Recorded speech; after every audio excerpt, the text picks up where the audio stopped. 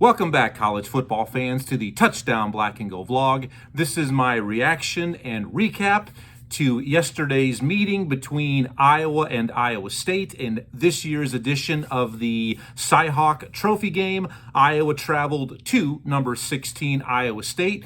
This matchup took place and played out inside of Jack Trice Stadium. Final score, Iowa 13, number 16 Iowa State 16. So for back-to-back seasons, Iowa State has defeated the Iowa Hawkeyes. So for one more season, the Cy-Hawk Trophy will remain there in Ames, Iowa. And with the victory, Iowa State moves to 3-0 overall, 1-0 in Big 12 conference play, while Iowa drops to 1-1 overall and 0-0 in Big 10 conference play. I'm your usual host, Blair Parks. Welcome back, everybody. I hope you and yours have had an excellent weekend. You enjoyed the football yesterday, and happy Sunday morning to you and yours. Definitely the Iowa State fans a lot happier this morning than us Iowa fans, but I'll get to that here in a little bit. Now, my opening comments and my opening thoughts on this game, and please, if this is your first time joining me here, please get involved. I always welcome, ask for, and appreciate your participation. Go ahead and comment below. I will get back to each and every one of you much sooner than later via those comments. Like, share, subscribe, because I want to find more college football fans just like you. And I definitely want to give a big welcome to the Iowa State fans who are joining me here on the channel, all the Hawkeye fans, and all you college football fans in general. But my opening thoughts and comments on this game is this game really played out the way that it just does. I mean, Cyclone fans, Hawkeye fans, we've seen this film before, right? But yet we still keep paying admission to see the same ending of this movie over and over again.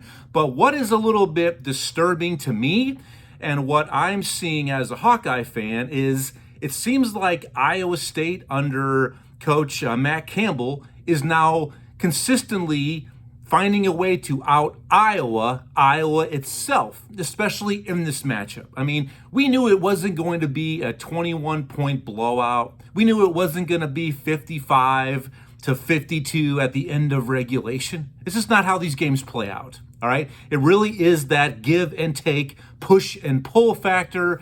Each of these coaches kind of feel each other out, and that's just what this is. So a 16-13 final, really kind of what we should have just expected, but some of us didn't. Now, I wasn't one of those. I knew it was going to come down to a one-possession game, as it always seems to do, all right? And with the loss, this is the first time the last time Iowa lost, in Ames was 2011, so they were trying to keep that streak of winning inside of Jack Trice Stadium intact. They did not. Some Iowa fans this morning are really pressing that panic button, big bucks, no whammy, stop. I am not one of those, but, my level of concern is starting to rise when it comes to this team. Now, for Iowa State, all right, I am not going to sit here and kiss Iowa State's ass, the program, the team, just to kind of, soften the blow a little bit. I'm not. What I'm about to say is exactly what I said on camera preseason. You can look back and watch some of those previous episodes.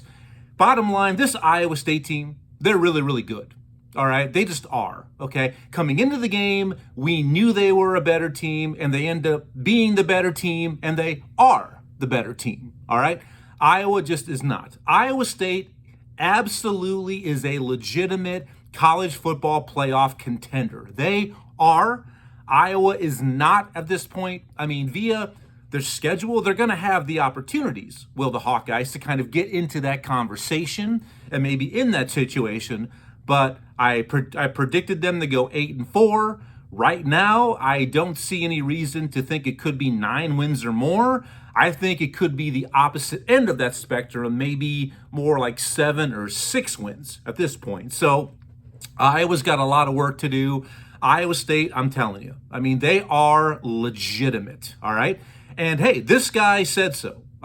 Iowa State fans here, they might give me a standing ovation. Some Hawkeye fans might get sick and get sicker in their mouths when they hear this. But during my college football playoff predictions episode, yours truly, I did tell you that Iowa State was going to make this year's college football playoff field. All right. I believed that they would lose maybe one game in conference and then ultimately lose to Baylor in the Big 12 title game, but still be given an at-large with only 2 losses. And quite frankly, overall, kind of a sidebar, it was a rough day for the Big 12. I mean, Arizona State lost at Mississippi State, who last year went 0 in SEC conference play. I mean, that's a bad loss for the Big 12, but also Kansas State losing at home against the Army Cadets, and congrats to Army. I mean, it's so difficult to not root for the Academy teams, just isn't. And also West Virginia losing, I think, at home against the Ohio Bobcats. Whew, was a rough go for the Big 12. But hey, Iowa State getting this victory at home, and Baylor, the team that I think is also ultimately going to win the Big 12, they go on the road and take care and knock off a highly ranked SMU team in Dallas, the team that basically was a playoff contender last year. So I do think that Baylor and Iowa State are completely legit, and those 2 victories today really, saved the Big 12 during week 2 here. But yeah, I am very impressed with Iowa State. Later in the episode, I will say for both teams one thing that they need to really focus on and really improve. And if Iowa State does this one thing, they're going to be even scarier. I mean, I'm telling you, they are scary good right now. But this one thing, I'm telling you, they're going to be right there with anybody in the country, all right?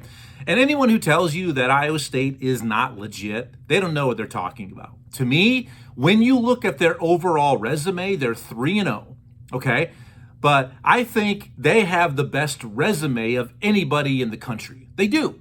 They're 3-0. I think there's only one other team that's 3-0 that got the victory in week 0 and has won out since. I believe that's UNLV, who knocked off UCLA last night. So a bad loss for the Big Ten, all right, with that going down. And Coach Dan Lanning's first year at the helm of the Running Rebels there in Vegas. But I tell you, they have the best resume. They don't have the best win. I mean, right now, Ohio State fans are crying out. So are Miami Hurricane fans. And so are LSU Tiger fans. I get it. I mean, yeah, they didn't defeat Texas or Clemson or Notre Dame. I get that. Okay. But look at their resume. Week 0 in Ireland, they take care of a higher ranked team, a conference opponent in Kansas State. They get it done, which, yeah, Kansas State, like I said, they lost yesterday, so maybe that win doesn't look as good now on paper or the eye test, but still, they took care of a legit conference opponent, a rival across the pond, came right back home, had to face a really good FCS squad in South Dakota, who I believe is ranked 6th right now at the FCS polls, a team that was a top 4 seed last year in the FCS playoffs. They put a 55 burger on those guys, and then they turn around and take care of their in-state rival in a heated matchup in week 2. I mean, so they have 2 victories over fellow Power 4 opponents and a really good victory against a quality FCS squad. So to me, they have the best overall resume in the nation. They do. I think that's something that nobody can easily dismiss. They can't. All right.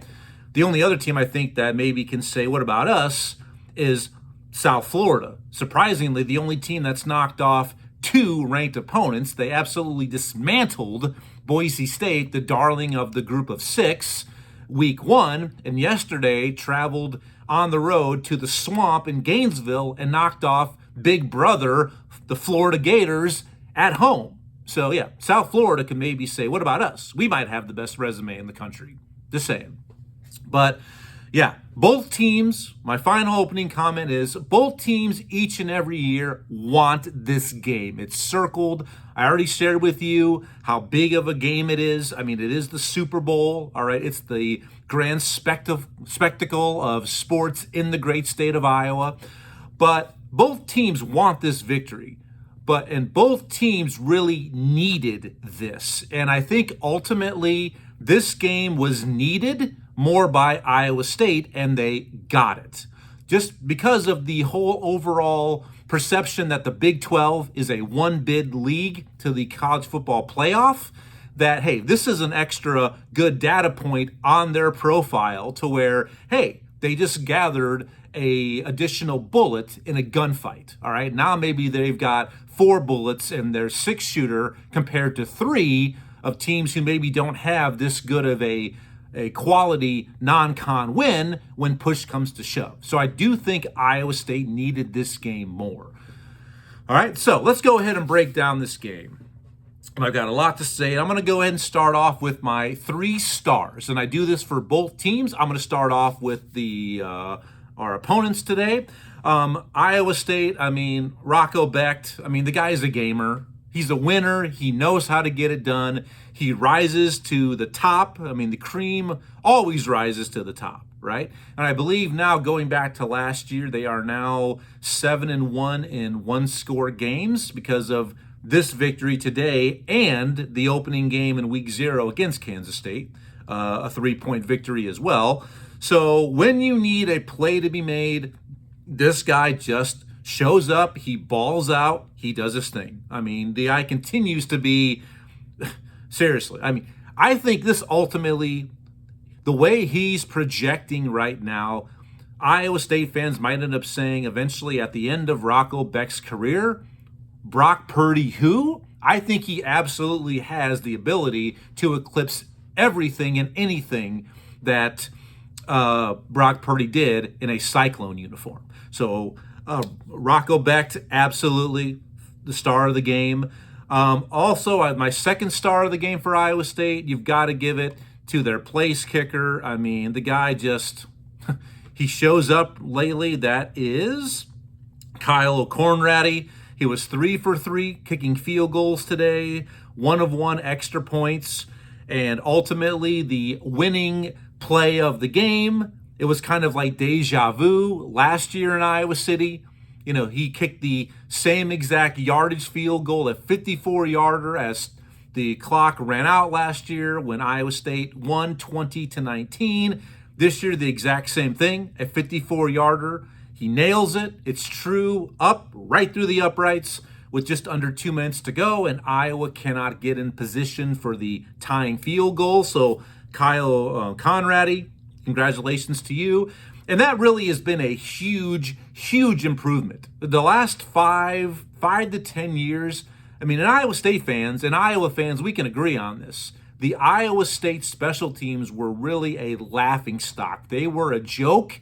They were an absolute issue and concern, all right? But lately, they have really tightened that up, all right? So congrats to him. And the third star for the Iowa State Cyclones is their tight end room. I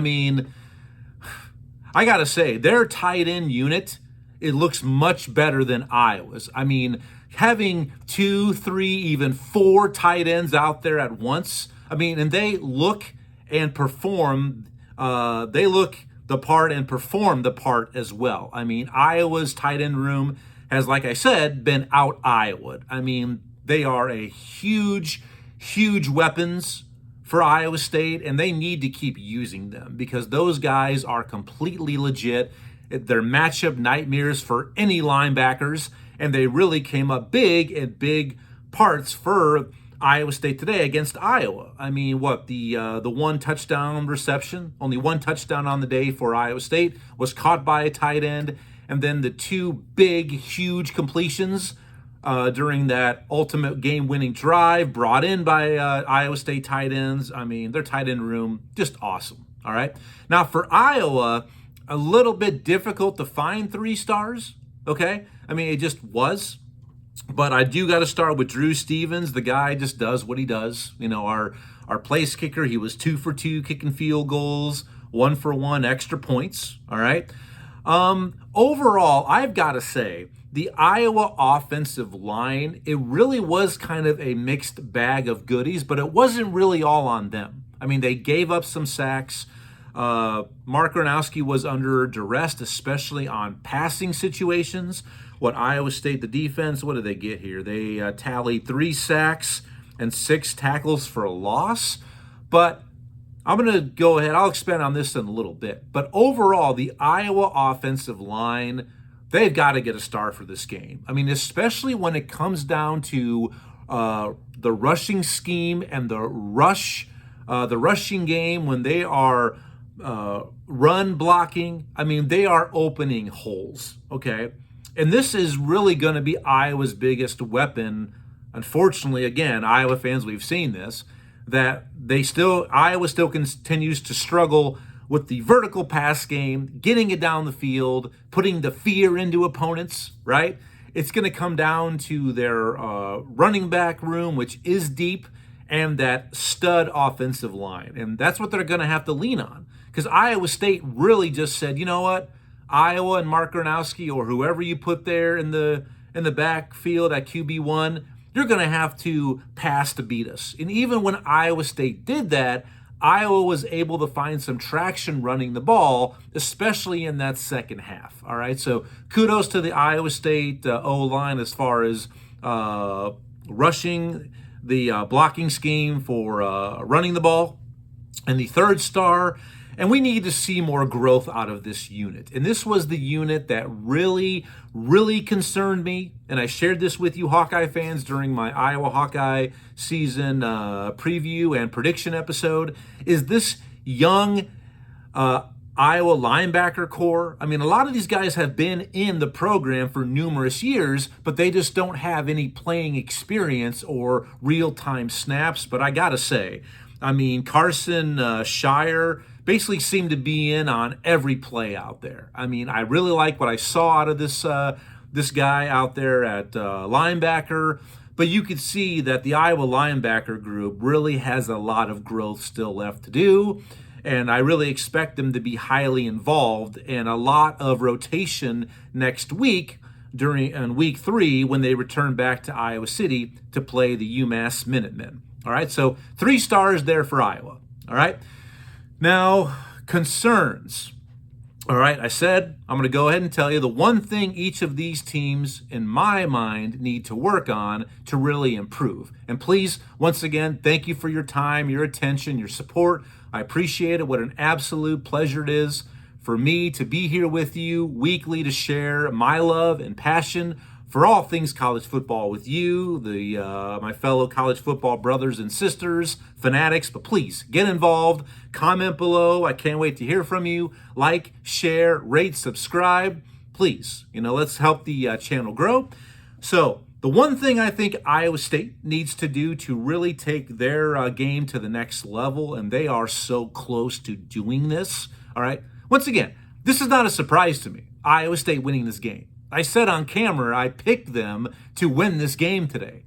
All right, but Iowa really had a good opportunity to really steal this one on the road. But the one thing Iowa State needs to do to really, really improve is they still need to build a little bit of continuity and experience and confidence in that wide receiver core, that wide receiver room. I mean, there's 2 studs last year, excuse me. I do my own stunts here on the Touchdown Black and Gold vlog. No resets, no edits, no redos, none of that. That's a job, or that's work. This is a hobby for me. But last year, their 2 stud wide receivers are now in the NFL. They'll be on display later this afternoon and tonight at the next level.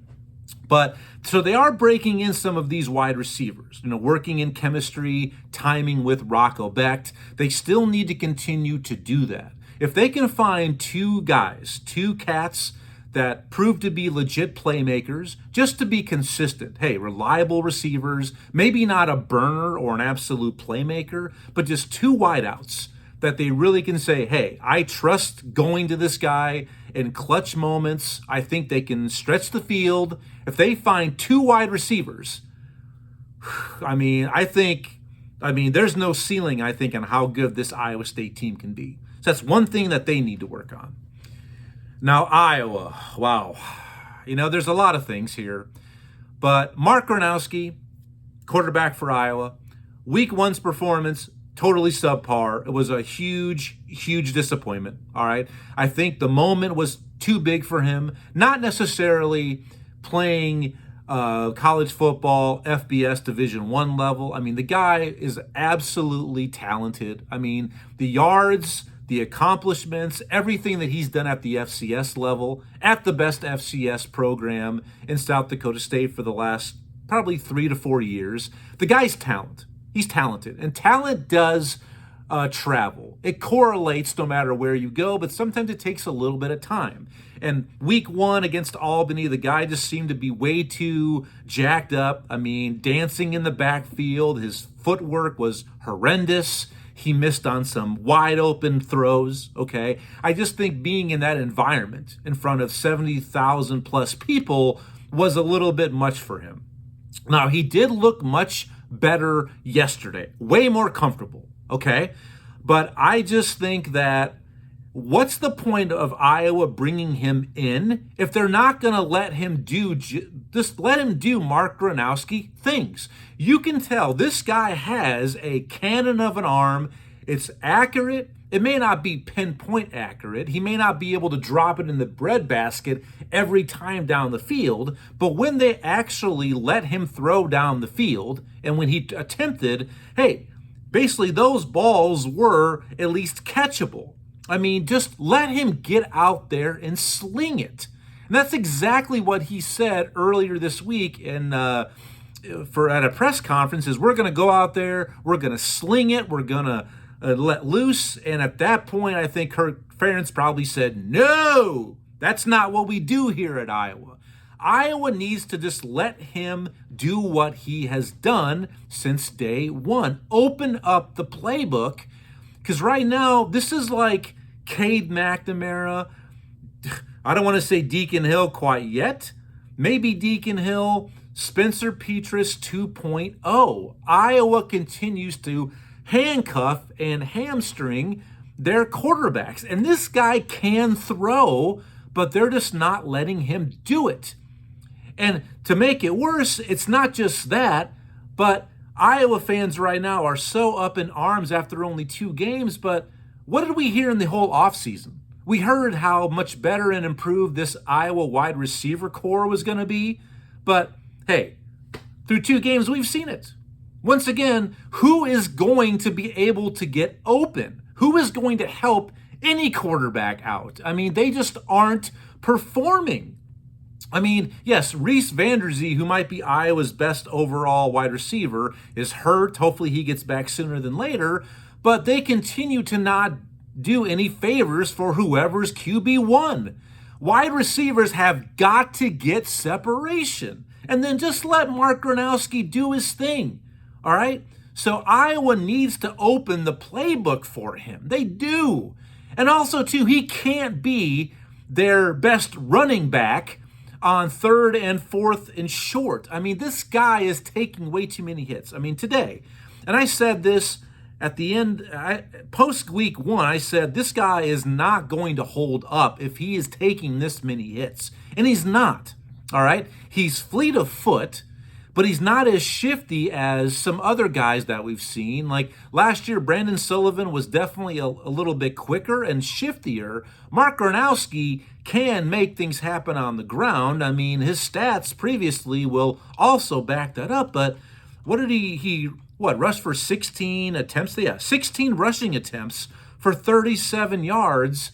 That's just too many hits on him. Iowa's biggest strength is their offensive line and their running backs. Just if it's 3rd and short, 3rd and 2, 3rd and 3, turn and hand it to one of them. Mark Gronowski can improvise when it's not called, or hey, if it's 1st and 10, 2nd and 3, then maybe let him do his thing with his legs. I'm tired of seeing this after 2 weeks. So it's not all on Mark Gronowski. And some fans are going to say that, but I absolutely think this is once again a reflection of play calling. Who is really running this offense? Is it Is it second-year offensive coordinator? Is it? Or is it still Kirk Ferentz? All right. Who is it? Is it Tim Lester or Coach Kirk? I mean, it's pretty obvious who is. I mean, this is still Kirk Ferentz, blueprint and DNA. I mean, just to a T. All right. Let Mark Gronowski throw. Open it up. And please, somebody help him make some plays downfield. Please. So that's what Iowa has to work on. All right. So I'm going to go wrap this up here for you guys. Please, thank you. Welcome for your time, your attention, your support. Anything you can do for the channel is much appreciated. Please like, share, comment below, subscribe.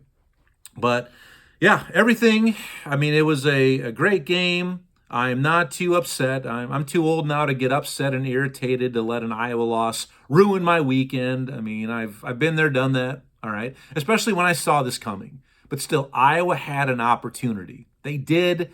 And I think the play of the game, telling you right now, the winning play was the Kyle Conradi field goal. But the play of the game was the interception thrown by Mark Gronowski, which led to Iowa State's only touchdown. And that wasn't all on Mark Gronowski. I mean, Caden Weegan definitely had a game that he needs to try to forget. It was not a good game for Caden.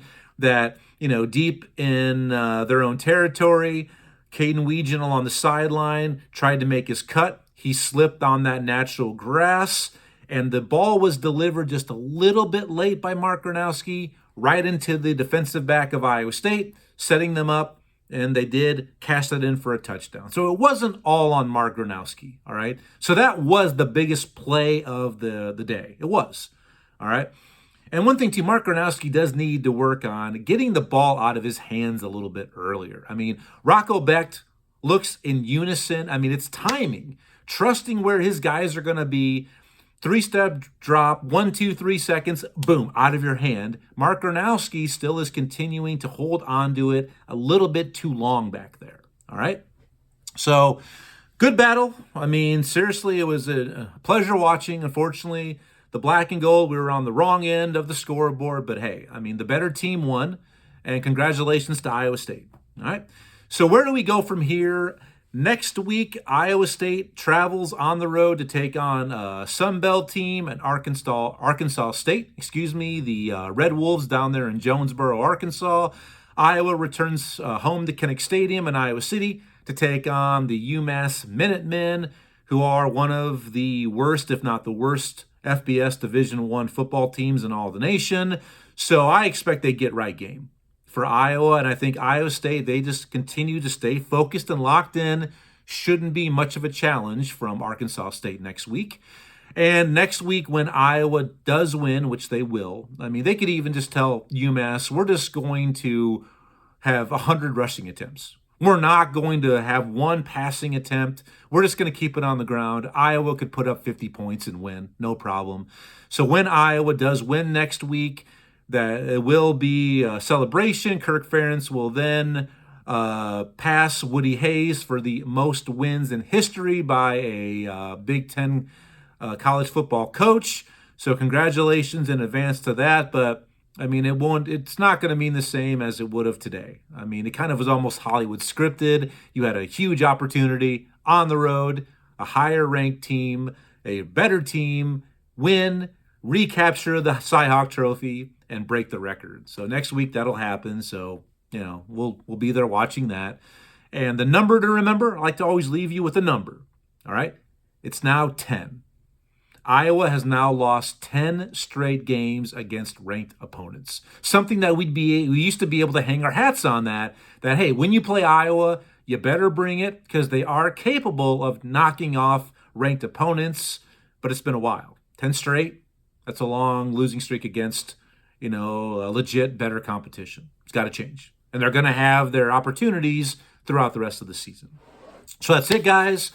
Thank you once again for everything that you have done and will continue to do for the channel. We're coming up on 30 minutes. Enjoy the rest of your weekend.